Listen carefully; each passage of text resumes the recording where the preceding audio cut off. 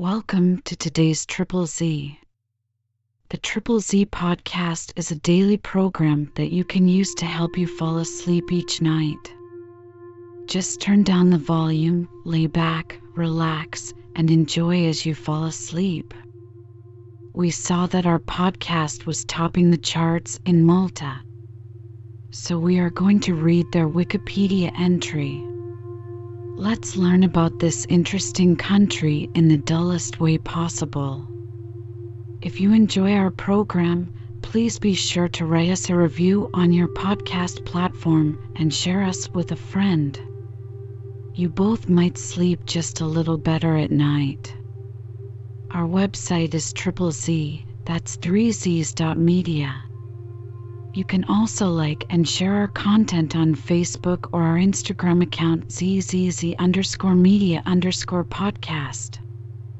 Music for today's episode was provided by the Sleep Channel on Spotify. El Salvador, officially the Republic of El Salvador, is a country in Central America. It is bordered on the northeast by Honduras, on the northwest by Guatemala, and on the south by the Pacific Ocean. El Salvador's capital and largest city is San Salvador. The country's population in 2022 was estimated to be 6.5 million. Among the Mesoamerican nations that historically controlled the region are the Lenca, after 600 AD, the Mayans, and then the Cuscatlecs. Archaeological monuments also suggest an early Olmec presence around the first millennium BC. In the beginning of the 16th century, the Spanish Empire conquered the Central American territory, incorporating it into the Viceroyalty of New Spain ruled from Mexico City. However, the Viceroyalty of Mexico had little to no influence in the daily affairs of the Isthmus, which was colonized in 1524. In 1609, the area was declared the Captaincy General of Guatemala by the Spanish, which included the territory that would become El Salvador until its independence from Spain in 1821. It was forcibly incorporated into the First Mexican Empire, then seceded, joining the Federal Republic of Central America in 1823. When the Federation dissolved in 1841, El Salvador became a sovereign state, then formed a short-lived union with Honduras and Nicaragua called the Greater Republic of Central America, which lasted from 1895 to 1898. From the late 19th to the mid-20th century, El Salvador endured chronic political and economic instability characterized by coups, revolts, and a succession of authoritarian rulers. Persistent socioeconomic inequality and civil unrest culminated in the Salvadoran Civil War from 1979 to 1992, fought between the military-led government backed by the United States and a coalition of left-wing guerrilla groups. The conflict ended with the Chapultepec Peace Accords. This negotiated settlement established a multi-party constitutional republic, which remains in place to this day. During the Civil War, large numbers of Salvadorans emigrated to the United States. By 2008, they were one of the largest immigrant groups in the U.S. El Salvador's economy has historically been dominated by agriculture, beginning with the Spanish taking control of the indigenous cacao crop in the 16th century, with production centered in Izalca, along with balsam from the ranges of La Libertad and Ahuachapan. This was followed by a boom in use of the indigo plant in the 19th century, mainly for its use as a dye. Thereafter, the focus shifted to coffee, which by the early 20th century accounted for 90% of export earnings. El Salvador has since reduced its dependence on coffee and embarked on diversifying its economy by opening up trade and financial links and expanding the manufacturing sector. The colón, the currency of El Salvador since 1892, was replaced by the United States dollar in 2001. El Salvador ranks 124th among 189 countries in the Human Development Index. As of 2019, economic improvements had led to El Salvador experiencing the lowest level of income inequality among countries in Latin America and the Caribbean. Among 77 countries included in a 2021 study, El Salvador had one of the least complex economies for doing business. Conquistador Pedro de Alvarado named the new province after Jesus Christ, San Salvador, lit. Holy Savior. The territory's name, including the province of San Miguel, was later extended to the Provincia de Nuestro Señor Jesus Cristo, El Salvador del Mundo, lit. Province of our Lord Jesus Christ, the Savior of the world, shortened to the Republic of El Salvador, or Salvador, during the post-Federal Republic period and subsequently settled on as El Salvador. Tamate is a paleontological site located on the banks of the river of the same name in the municipality of Apopa. The site has produced abundant Salvadoran megafauna fossils belonging to the Pleistocene. The paleontological site was discovered accidentally in 2000, and in the following year, an excavation by the Museum of Natural History of El Salvador revealed several remnants of Cuvironeus and 18 other species of vertebrates, including giant tortoises, Megatherium, Glyptodon, Toxodon, extinct horses, paleolamas. The site stands out from most Central American Pleistocene deposits, being more ancient and much richer, which provides valuable information of the Great American Interchange, in which the Central American Isthmus Land Bridge was paramount. At the same time, it is considered the richest vertebrate site in Central America and one of the largest accumulations of proboscideans in the Americas. Sophisticated civilization in El Salvador dates to its settlement by the indigenous Lenca people. Theirs was the first and the oldest indigenous civilization to settle in there. They were a union of Central American tribes that oversaw most of the isthmus from southern Guatemala to northern Panama, which they called Managua. The Lenca of eastern El Salvador trace their origins to specific caves with ancient pictographs dating back to at least 600 AD, and some sources say as far back as 700 BC. There was also a presence of Olmecs, although their role is unclear. Their influence remains recorded in the form of stone monuments and artifacts preserved in western El Salvador, as well as the National Museum. A Mayan population settled there in the formative period, but their numbers were greatly diminished when the Ilopango supervolcano eruption caused a massive exodus. Centuries later, the area's occupants were displaced by the Papil people, Noah-speaking groups who migrated from Anahuac beginning around 800 AD and occupied the central and western regions of El Salvador. The Nawa Papil were the last indigenous people to arrive in El Salvador. They called their territory Cuscatlan, a Nahuatl word meaning the place of precious jewels, back-formed into classical Nahuatl Cuscatlan and Hispanicized as Cuscatlan. It was the largest domain in Salvadoran territory up until European contact. The term Cuscatlico is commonly used to identify someone of Salvadoran heritage, although the majority of the eastern population has indigenous heritage of Lenca origin, as do their place names such as Intipuca, Carolagua, and Lalatique. Most of the archaeological sites in western El Salvador, such as Lago de Guija and Joya de Serran, indicate a pre-Columbian Mayan culture. Suwatan shows signs of material trade with northern Nahuatl culture, eastern Mayan and Lenca culture, and southern Nicaraguan and Costa Rican indigenous culture. Tazimul's smaller B1-2 structure shows a talatablero style of architecture that is associated with Nahuatl culture and corresponds with their migration history from Anahuac. In eastern El Salvador, The Lenca site of Cuilapa is highlighted as a major pre-Columbian cultural center and demonstrates links to the Mayan site of Copan in western Honduras, as well as the previously mentioned sites in Calchuapa and Carasucia in western El Salvador. An investigation of the site of La Laguna in Usulután has also produced copador items which link it to the Lenca Maya trade route.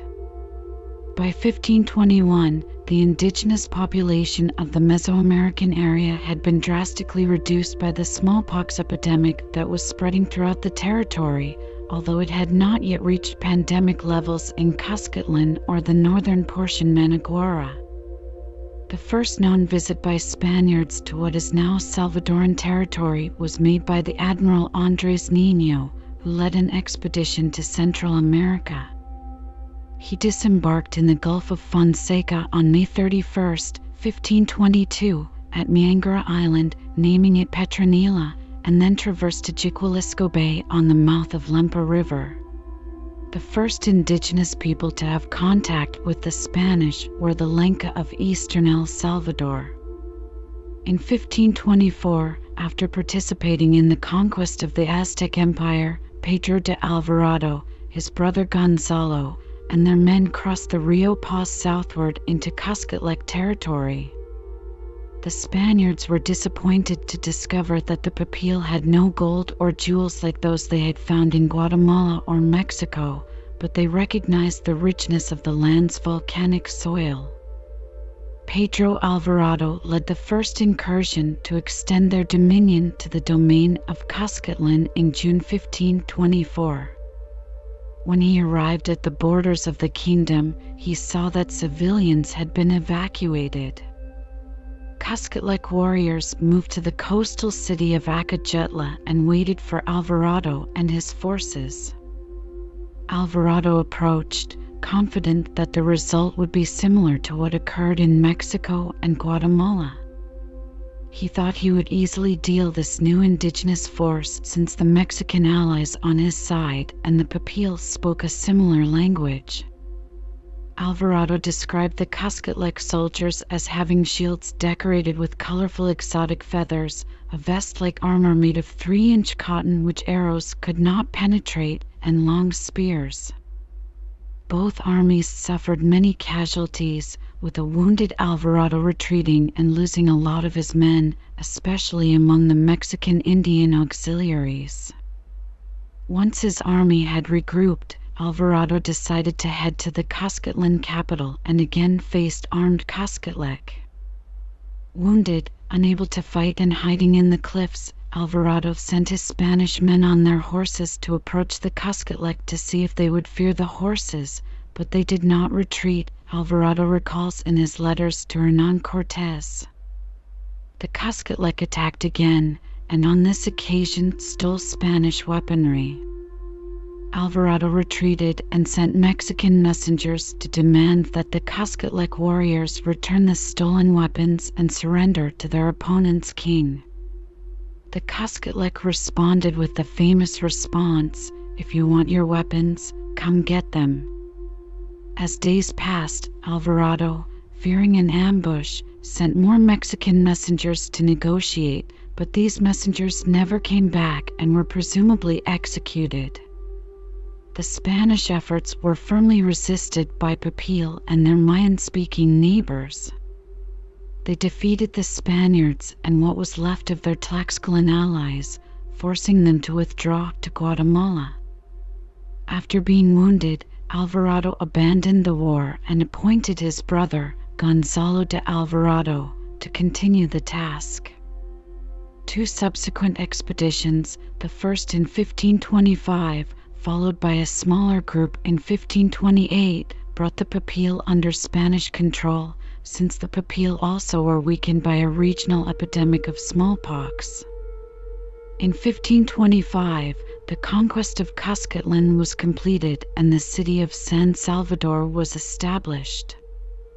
The Spanish faced much resistance from the Papil and were not able to reach eastern El Salvador, the area of the Lencas.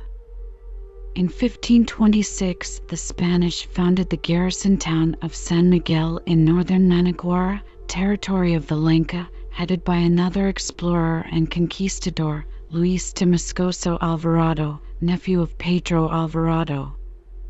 Oral history holds that a Maya Lenca crown princess, Antesilan Ulapi, organized resistance to the conquistadors.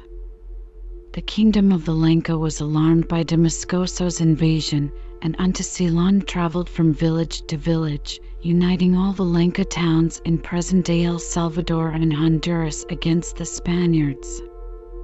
Through surprise attacks and overwhelming numbers, they were able to drive the Spanish out of San Miguel and destroy the garrison. For 10 years, the Lencas prevented the Spanish from building a permanent settlement. Then the Spanish returned with more soldiers, including about 2,000 forced conscripts from indigenous communities in Guatemala. They pursued the Lenca leaders further up into the mountains of Intibuca. Antesilan Ulap eventually handed over control of the Lenca resistance to Lempira, also called Lempira. Lempira was noteworthy among indigenous leaders in that he mocked the Spanish by wearing their clothes after capturing them and using their weapons captured in battle. Lempira fought in command of thousands of Lenca forces for 6 more years in Managuara until he was killed in battle. The remaining Lenca forces retreated into the hills. The Spanish were then able to rebuild their garrison town of San Miguel in 1537. During the colonial period, San Salvador and San Miguel were part of the Captaincy General of Guatemala, also known as the Kingdom of Guatemala, Spanish, Reino de Guatemala, created in 1609 as an administrative division of New Spain. The Salvadoran territory was administered by the mayor of Sonsonate, with San Salvador being established as an intendencia in 1786. In 1811, a combination of internal and external factors motivated Central American elites to attempt to gain independence from the Spanish crown. The most important internal factors were the desire of local elites to control the country's affairs free of involvement from Spanish authorities and the long-standing Creole aspiration for independence. The main external factors motivating the independence movement were the success of the French and American revolutions in the 18th century and the weakening of the Spanish crown's military power as a result of the Napoleonic Wars, with the resulting inability to control its colonies effectively. In November 1811, Salvadoran priest José Matías Delgado rang the bells of Iglesia La Merced in San Salvador, calling for insurrection and launching the 1811 independence movement.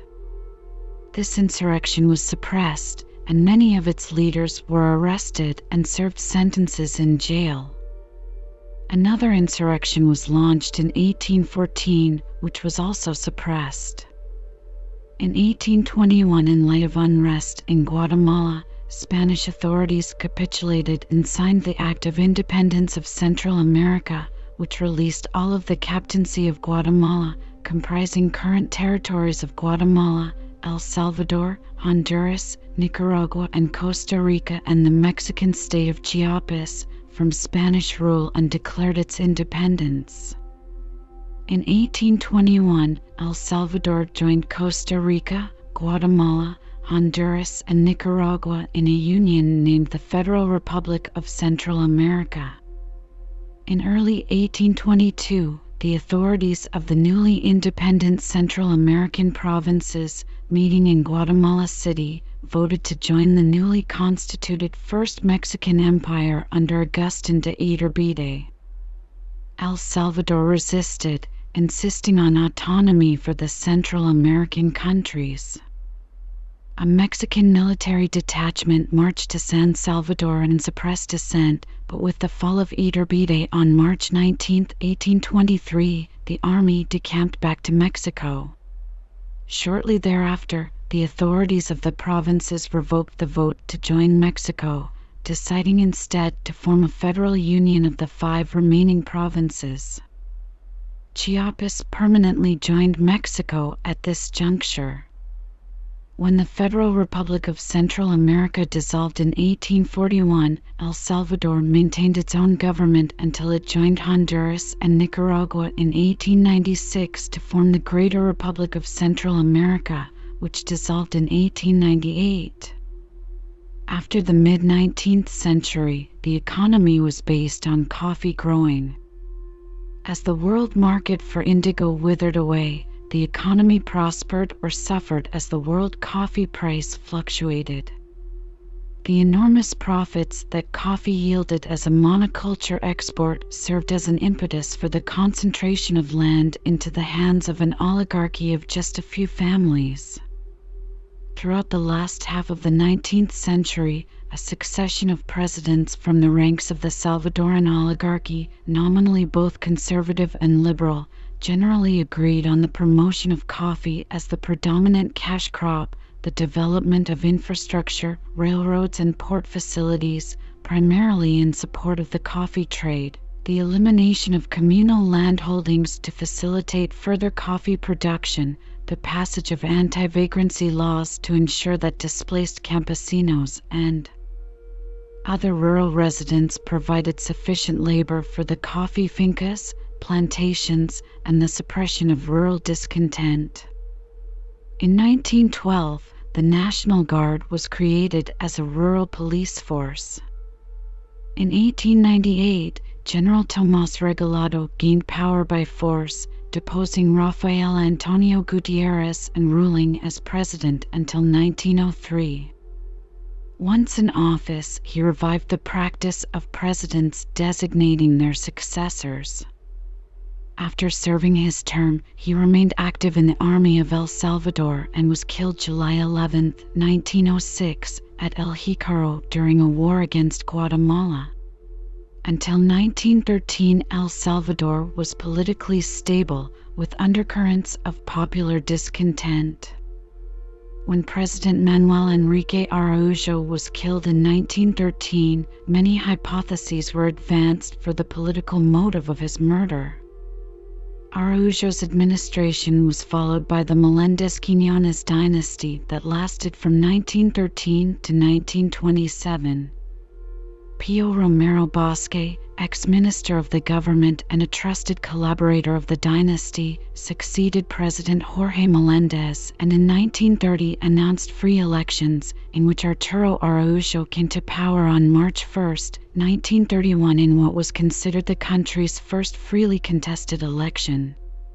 His government lasted only 9 months before it was overthrown by junior military officers who accused his Labour Party of lacking political and governmental experience and of using its government offices inefficiently.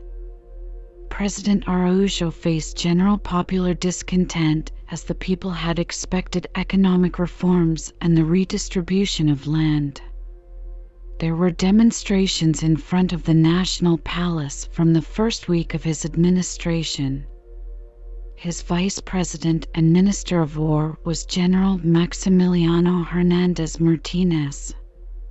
In December 1931, a coup d'état was organized by junior officers and led by Martínez. Only the 1st Regiment of Cavalry and the National Police defended the presidency. The National Police had been on its payroll, but later that night, after hours of fighting, the badly outnumbered defenders surrendered to rebel forces. The Directorate, composed of officers, hid behind a shadowy figure, a rich anti-communist banker called Rodolfo Duque, and later installed the Vice President Martínez as president. The revolt was probably caused by the army's discontent at not having been paid by President Araujo for some months. Araujo left the National Palace and unsuccessfully tried to organize forces to defeat the revolt. The U.S. minister in El Salvador met with the Directorate and later recognized the government of Martínez, which agreed to hold presidential elections. He resigned 6 months prior to running for re-election, winning back the presidency as the only candidate on the ballot. He ruled from 1935 to 1939, then from 1939 to 1943. He began a fourth term in 1944, but resigned in May after a general strike. Martinez had said he was going to respect the Constitution, which stipulated he could not be re-elected, but he refused to keep his promise. Beginning in January 1932, there was brutal suppression of a rural revolt known as La Matanza. In the unstable political climate of the previous few years, social activist and revolutionary leader Farabundo Martí helped found the Communist Party of Central America and led a communist alternative to the Red Cross called International Red Aid, serving as one of its representatives. Their goal was to help poor and underprivileged Salvadorans through the use of Marxist-Leninist ideology. In December 1930, at the height of the country's economic and social depression, Martí was once again exiled because of his popularity among the nation's poor and rumors of his upcoming nomination for president the following year. Once Arturo Araujo was elected president in 1931, Martí returned to El Salvador, and along with Alfonso Luna and Mario Zapata began the movement that was later truncated by the military.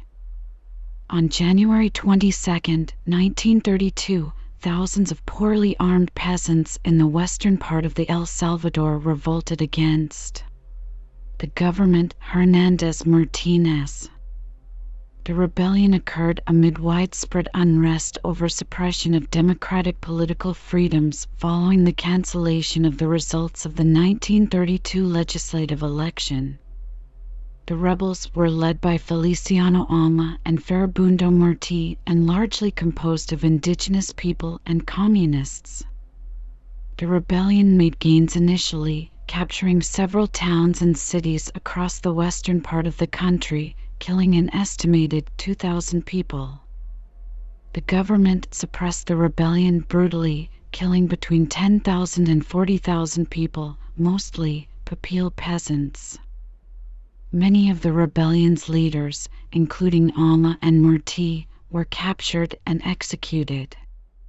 Historically, the high Salvadoran population density has contributed to tensions with neighboring Honduras, as land-poor Salvadorans emigrated to less densely populated Honduras and established themselves as squatters on unused or underused land. This phenomenon was a major cause of the 1969 football war between the two countries. As many as 130,000 Salvadorans were forcibly expelled or fled from Honduras. The Christian Democratic Party, PDC, and the National Conciliation Party, PCN, were active in Salvadoran politics from 1960 until 2011, when they were disbanded by the Supreme Court because they had failed to win enough votes in the 2004 presidential election. Both parties have since reconstituted. They share common ideals, but one represents the middle class and the latter the interests of the Salvadoran military. PDC leader José Napoleón Duarte was the mayor of San Salvador from 1964 to 1970, winning 3 elections during the regime of PCN President Julio Adalberto Rivera Carballo, who allowed free elections for mayors and the National Assembly. Duarte later ran for president with a political grouping called the National Opposing Union, UNO, but was defeated in the 1972 presidential elections. He lost to the ex-Minister of Interior, Colonel Arturo Armando Molina. In an election that was widely viewed as fraudulent, Molina was declared the winner even though Duarte was said to have received a majority of the votes. Duarte, at some army officers' request, supported a revolt to protest the election fraud, but was captured, tortured, and later exiled. Duarte returned to the country in 1979 to enter politics after working on projects in Venezuela as an engineer. On October 15, 1979, a coup d'etat brought the revolutionary government junta, JRG, to power. It nationalized many private companies and took over much privately owned land. The purpose of this new junta was to stop the revolutionary movement already underway in response to Duarte's stolen election. Nevertheless, the oligarchy opposed agrarian reform, and a junta formed with young reformist elements from the army such as Colonels Adolfo Arnaldo Moyano and Jaime Abdul Gutierrez, as well as with progressives such as Guillermo Ango and Alvarez. Pressure from the oligarchy soon dissolved the junta because of its inability to control the army and its repression of the people fighting for unionization rights, agrarian reform, better wages, accessible health care, and freedom of expression. In the meantime, the guerrilla movement was spreading to all sectors of Salvadoran society. Middle and high school students were organized in MERS, Movimiento Estudiantil Revolucionario de Secundaria, Revolutionary Movement of Secondary Students. College students were involved with AGUS, Asociación de Estudiantes Universitarios Salvadorinos, Association of Salvadoran College Students, and workers were organized in BPR, Bloque Popular Revolucionario, Popular Revolutionary Bloc. In October 1980, several other major guerrilla groups of the Salvadoran left had formed the Farabundo Martín National Liberation Front, or FMLN. By the end of the 1970s, government-contracted death squads were killing about 10 people each day. Meanwhile, the FMLN had 6,000 to 8,000 active guerrillas and hundreds of thousands of part-time militia, supporters, and sympathizers. The U.S. supported and financed the creation of a second junta to change the political environment and stop the spread of a leftist insurrection. Napoleon Duarte was recalled from his exile in Venezuela to head this new junta. However, a revolution was already underway, and his new role as head of the junta was seen by the general population as opportunistic. He was unable to influence the outcome of the insurrection. Oscar Romero, the Roman Catholic Archbishop of San Salvador, denounced injustices and massacres committed against civilians by government forces. He was considered the voice of the voiceless, but he was assassinated by a death squad while saying Mass on March 24, 1980. Some consider this to be the beginning of the full Salvadoran Civil War, which lasted from 1980 to 1992. An unknown number of people disappeared during the conflict, and the UN reports that more than 75,000 were killed. The Salvadoran Army's U.S.-trained Atlacatal Battalion was responsible for the El Mozo massacre, where more than 800 civilians were murdered, over half of them children, the El Calabozo massacre, and the murder of UCA scholars. On January 16, 1992, the government of El Salvador, represented by President Alfredo Cristiani, and the FMLN, represented by the commanders of the 5 guerrilla groups, Shafik Handel, Joaquim Villalobos, Salvador Sanchez Seren, Francisco Jovel, and Eduardo Sancho, all signed peace agreements brokered by the United Nations ending the 12-year civil war. This event, held at Chapultepec Castle in Mexico, was attended by UN dignitaries and other representatives of the international community. After signing the armistice, the president stood and shook hands with the newly ex-guerrilla commanders, an action which was widely admired. The so-called Chapultepec Peace Accords mandated reductions in the size of the army and the dissolution of the National Police, the Treasury Police, the National Guard, and the Civilian Defense, a paramilitary group. A new civil police was to be organized. Judicial immunity for crimes committed by the armed forces ended. The government agreed to submit to the recommendations of a Commission on the Truth for El Salvador, Comisión de la Verdad para El Salvador, which would investigate serious acts of violence occurring since 1980 and the nature and effects of the violence, and to recommend methods of promoting national reconciliation. In 1993, the Commission delivered its findings reporting human rights violations on both sides of the conflict. 5 days later, the Salvadoran legislature passed an amnesty law for all acts of violence during the period. From 1989 until 2004, Salvadorans favored the Nationalist Republican Alliance, ARENA, voting in ARENA presidents in every election: Alfredo Cristiani, Armando Calderón Sol, Francisco Flores Perez, Antonio Saca, until 2009. The unsuccessful attempts of the left-wing party to win presidential elections led to its selection of a journalist rather than a former guerrilla leader as a candidate.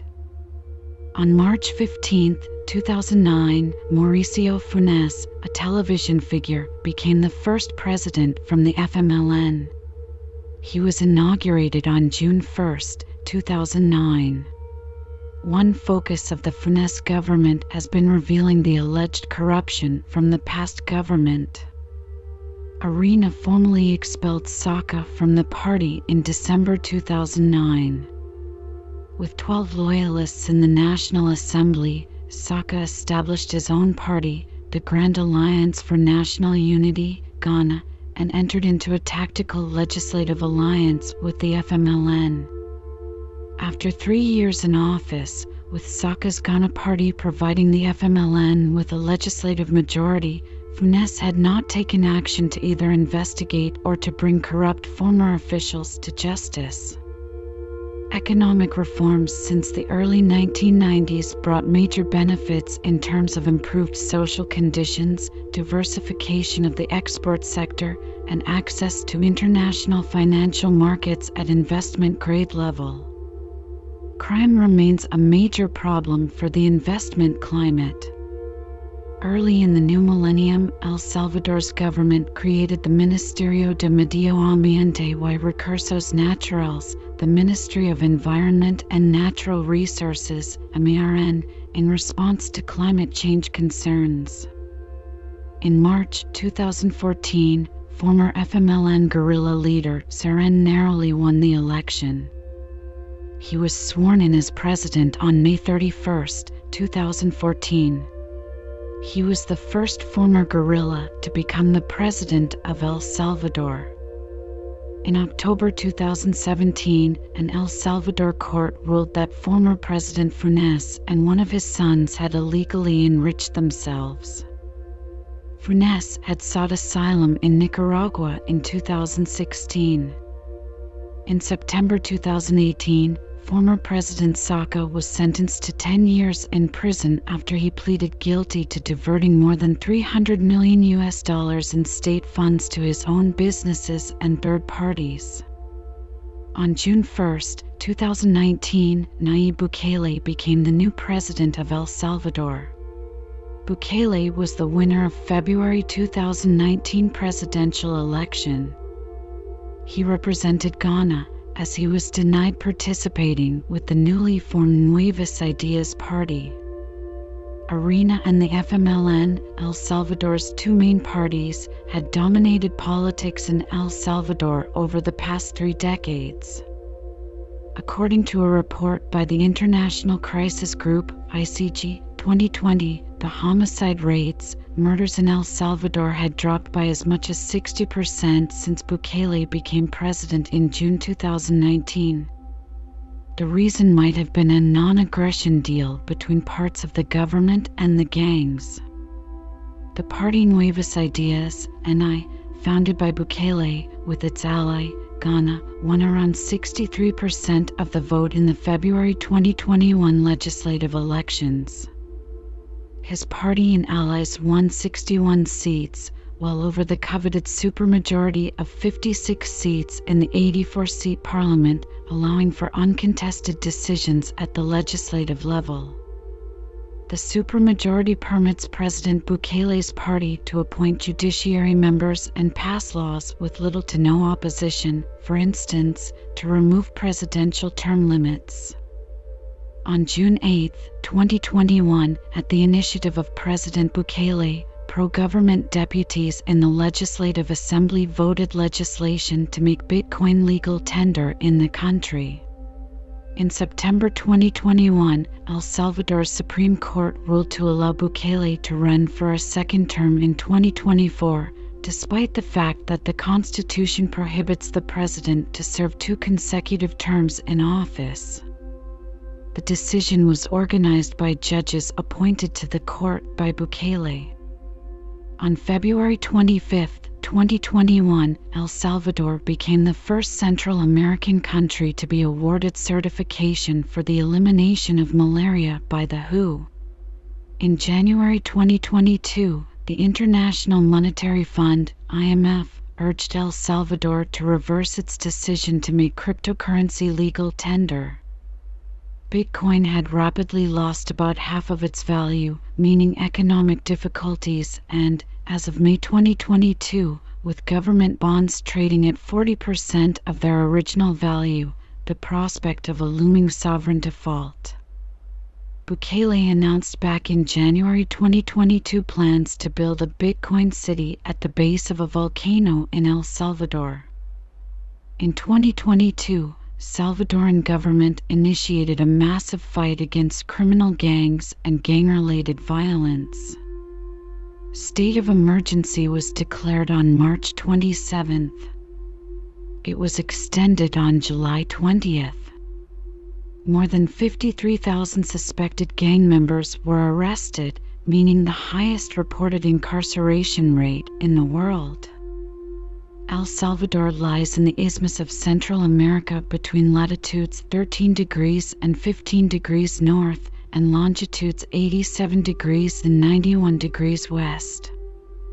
It stretches 270 kilometers, 168 miles, from west-northwest to east-southeast and 142 kilometers, 88 miles, north to south, with a total area of 21,041 square kilometers, 8,124 square miles.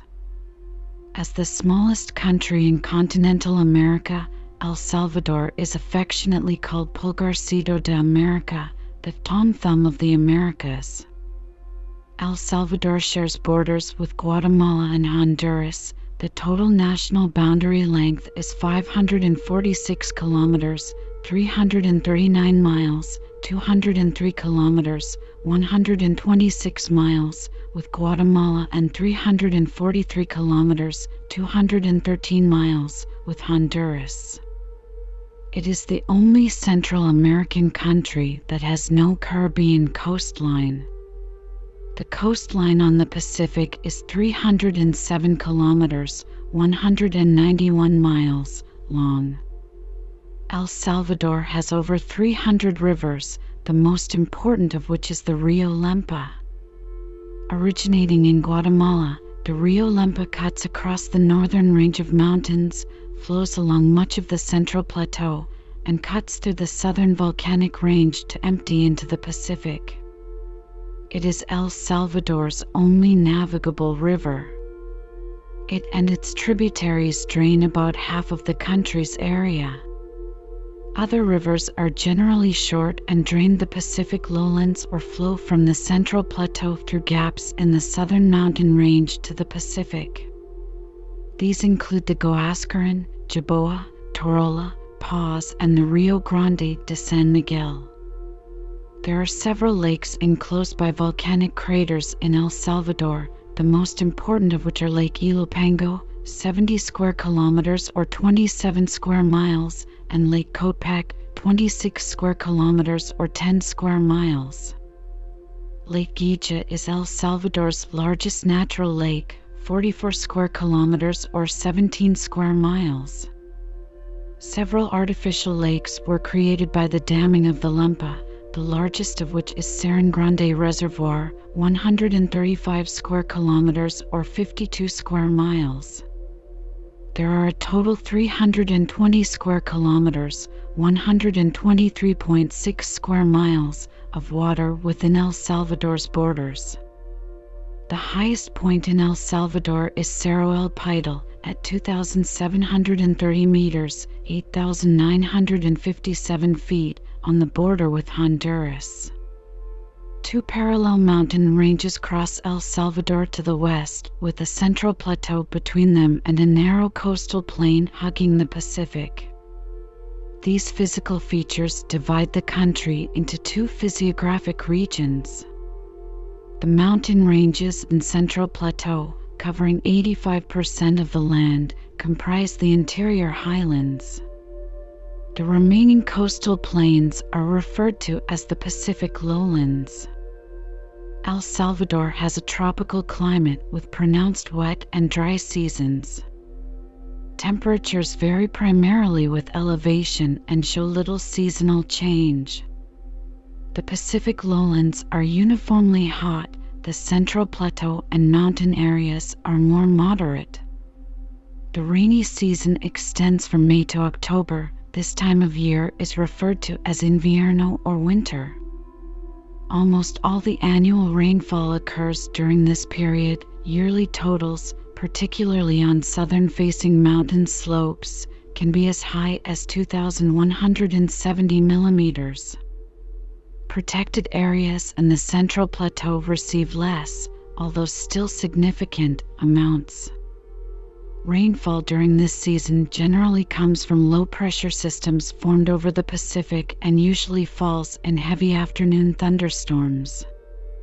From November through April, the northeast trade winds dominate weather patterns. This time of year is referred to as verano, or summer. During these months, air flowing from the Caribbean has lost most of its precipitation while passing over the mountains in Honduras. By the time this air reaches El Salvador, it is dry, hot, and hazy, and the country experiences hot weather, excluding the northern higher mountain ranges, where temperatures are generally cooler.